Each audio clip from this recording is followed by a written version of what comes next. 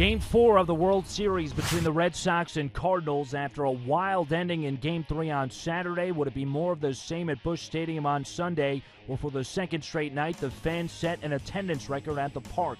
Before the game, Detroit's Miguel Cabrera presented with the Hank Aaron Award, and members of the 1967 Cardinals were honored, with Bob Gibson throwing out the ceremonial first pitch. Lance Lynn on the hill for St. Louis. Top of the second, David Ortiz breaks his bat grounder that hits Lynn in the leg, and Ortiz is able to leg out an infield single. Next batter, Johnny Gomes grounds into a 5-4-3 double play for the first 2 outs of the inning. Gomes starting in place of the injured Shane Victorino, who was a late scratch. Clay Buchholz on the mound for Boston.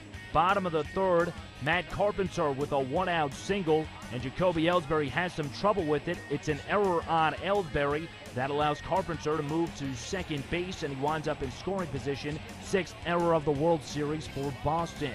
Next batter is Carlos Beltran, and he comes through with a single. Carpenter scores. Second ribby of the World Series for Beltran, and it's 1-0 St. Louis. Bottom 4, 1 on and 1 out. David Freese grounder to Stephen Drew. Glove flip over to second for 1, and that would be all the Red Sox would get. Check it out again. Nice glove flip by Drew. An excellent effort by Dustin Pedroia to jump up. He makes the catch and comes down with it on second to get the out. He also takes the contact from John Jay. Fantastic effort by both players. 2 batters later, now 2 men on, and Buchholz gets his counterpart Lynn to fly out to end the frame. Buchholz would go just 4, allowing 3 hits, 1 run, which was unearned. Top of the 5th, Ortiz leading off the inning, and he sends one towards right center, and he winds up at second. So Ortiz starting out the inning with a double. And after 2 walks load the bases, still no one out, Stephen Drew steps in.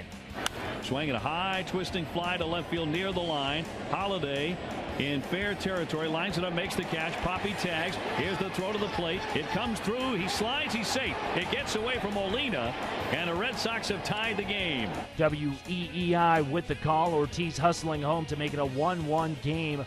Bottom half of the 5th, Felix Dubront on the hill for Boston. Carlos Beltran sends one into left. Gomes coming on, and he makes the nice grab.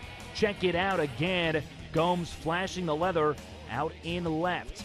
Next batter is Matt Holliday. He goes down looking to end the frame. Holliday would argue the call, as would manager Mike Matheny, but no ejections were issued.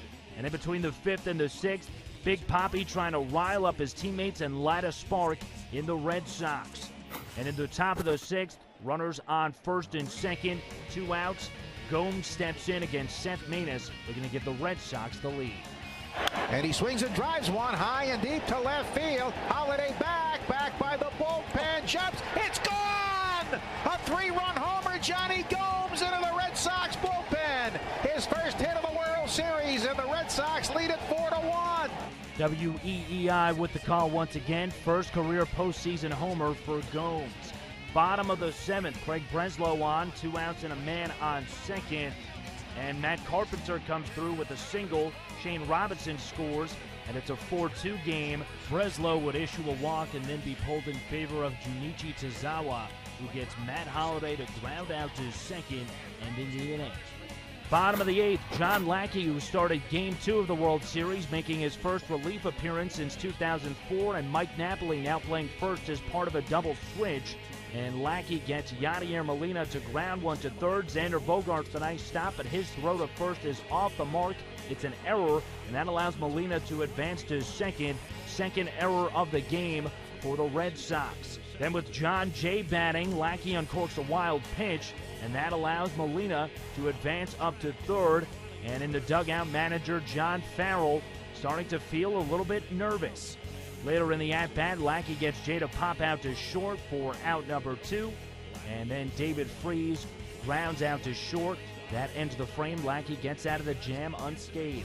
Bottom of the 9th, Koji Uehara on to shut the door with 1 out. Pinch hitter Alan Craig drives one to right. It goes to the warning track, with Craig battling an ankle injury, so he's only able to get a single out of this one. But he becomes the first ever player to get 4 hits as a pinch hitter in the World Series. That stat via the Elias Sports Bureau. And because of the injury, Craig would be replaced by pinch runner Colton Wong on the base paths. Next batter is Matt Carpenter, and he pops out to Pedroia in shallow right for the second out of the inning.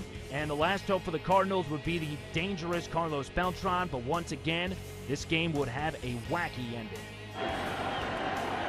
Throw to first, got him picked. He's out! He got him! He's out at first, and the ball game is over. Koji picked him off.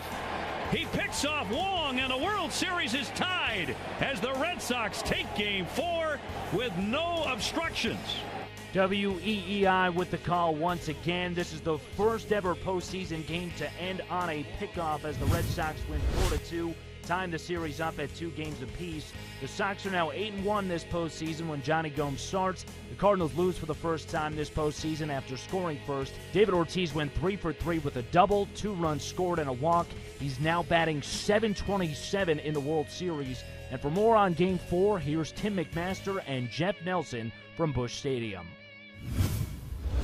After Game 3 of the World Series, it was John Farrell who had to answer the tough questions. After Game 4, it shifts to Mike Matheny. An interesting decision in the 6th inning. First of all, he has Randy Choate up in the bullpen, ready to face, you would think, David Ortiz. Instead, he leaves Lance Lynn in the game to face Ortiz. Well, just like Joe Kelly in Game 3, Lance Lynn did exactly what the Cardinals wanted him to do, is get into the 6th inning. He did that. He pitched an outstanding game. He gets 2 outs in the 6th inning. Pedroia gets a hit. You do have Choate. Choate's a situational guy anyway. His main objective is to get out lefties. Yes, he gave a hit up to Ortiz the other night, but you know what?